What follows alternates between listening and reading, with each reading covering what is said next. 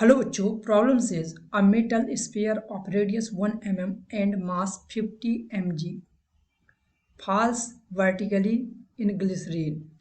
Find a part given the viscous force exerted by the glycerine on the sphere when the speed of the glycerine is 1 centimeter per second.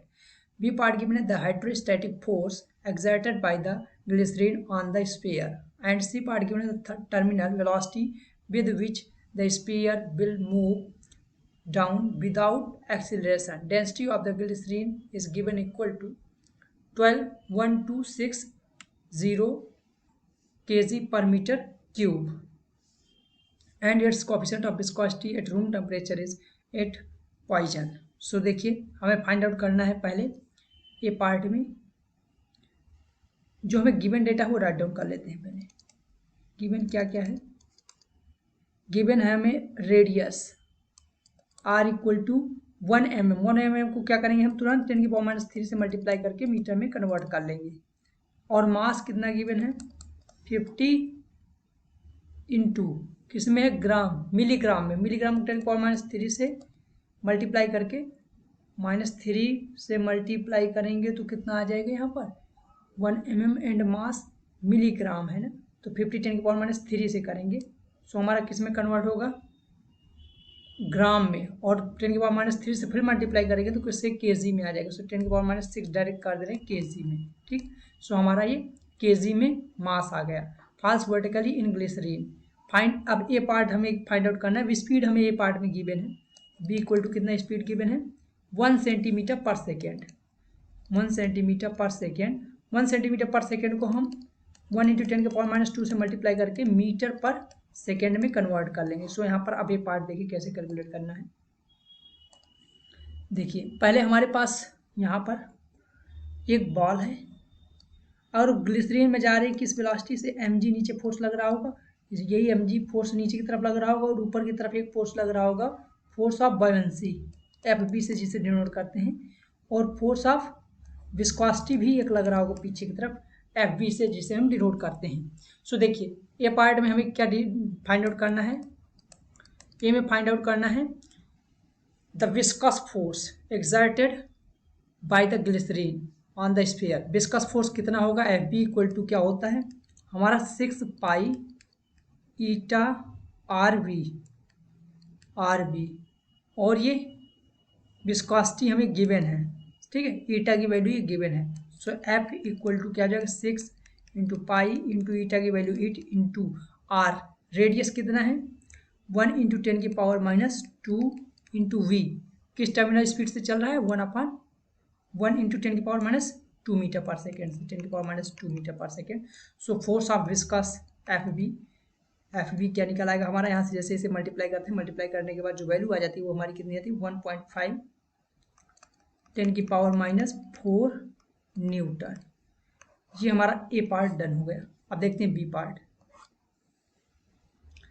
B part देखिए,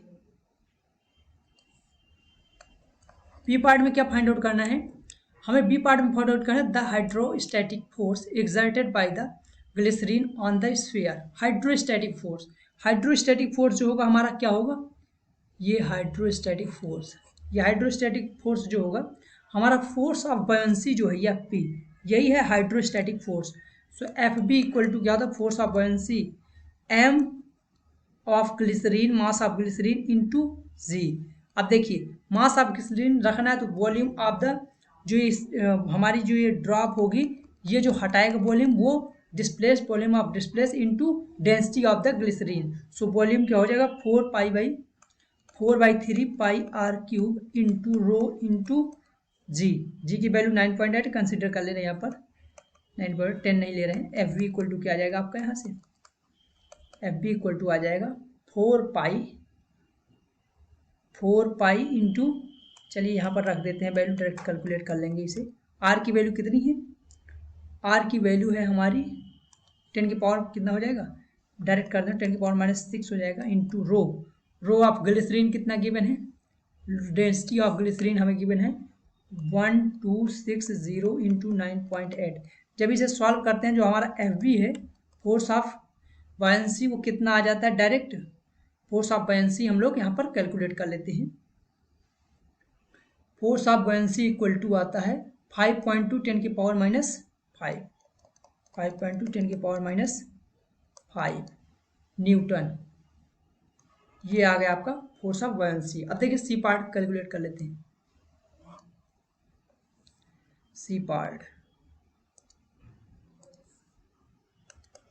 part में आपसे क्या पूछा गया है, the terminal velocity with which the sphere will move down without acceleration. बिना acceleration के जो हमारा स्फीयर है वो मूव करे।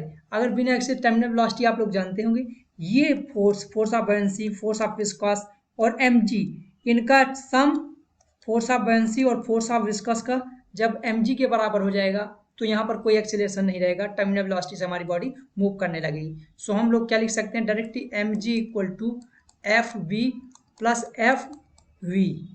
एम जी यहाँ पर वैल्यूज पुट कर देते हैं, एम जी और एफ वी की।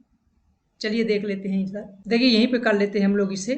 हमारी क्या वैल्यूज आ जाएंगी, एम जी की वैल्यू, मास कितना गिवन है हमें, हमने वैल्यू पहले पुट कर ली है मास की। एम कितना है 50 इंटू 10 की power minus 6 into 10 equal to force of buoyancy. Force of buoyancy कहाँ है, हमने निकाल लिया है ना force of buoyancy, F V ये निकाल लिया फोर्स ऑफ बॉयंसी। इसकी वैल्यू यहाँ पर पुट कर रहे हैं 4/3 फोर्स ऑफ बॉयंसी और force of,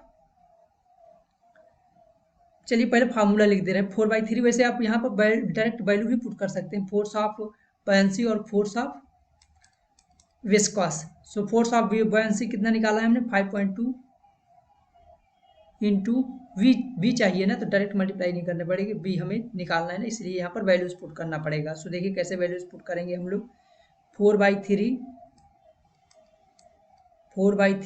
pi R cube rho g plus 6 pi eta R V, ये हमारे पास आ जाएगी। यहाँ से v की वैल्यू निकालना है, v की वैल्यू क्या आ जाएगी, यहाँ से देखिए v इक्वल टू डायरेक्ट निकाल दे रहा हूँ एम जी, ये एम जी जो है ये आपका एम जी हो जाएगा। सो इसकी वैल्यू ही पुट किए हैं हम लोग, वैल्यू के टर्म्स में राइट डाउन कर लेते हैं यहाँ पर,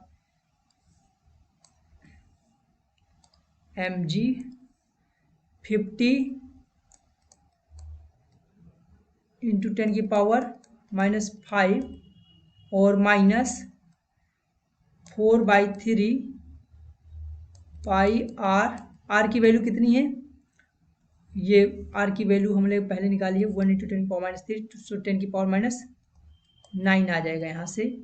और रो जी, रो की वैल्यू क्या है, डेंसिटी हमें गिवन है, नीचे लिख दे रहा हूँ 1260 इंटू जी की value 9.8 upon 6 pi eta R की वैल्यू ये गिवन है, आर इक्वल टू 1 इंटू 10 की पावर माइनस 3। सो यहाँ से जब सॉल्व करते हैं ये v की वैल्यू हमारी डायरेक्ट यहाँ पर आ जाएगी, v इक्वल टू क्या आ जाएगा हमारा, v इक्वल टू डायरेक्ट आ जाता है हमारा, v इक्वल टू 2.9 सेंटीमीटर पर सेकेंड, स्पीड है ना सेंटीमीटर पर सेकेंड में, ये आता है 2.9 सेंटीमीटर पर सेकेंड। डायरेक्ट वैल्यू हम लोग यहाँ पर पुट कर दे रहा हूँ, इसे कैलकुलेट करना है बस इजीली। सो देखिए हमारे फाइनल आंसर आ गए हैं ए बी सी डी के, और मैं इसे देखिए एक बार समराइज कर देता हूँ।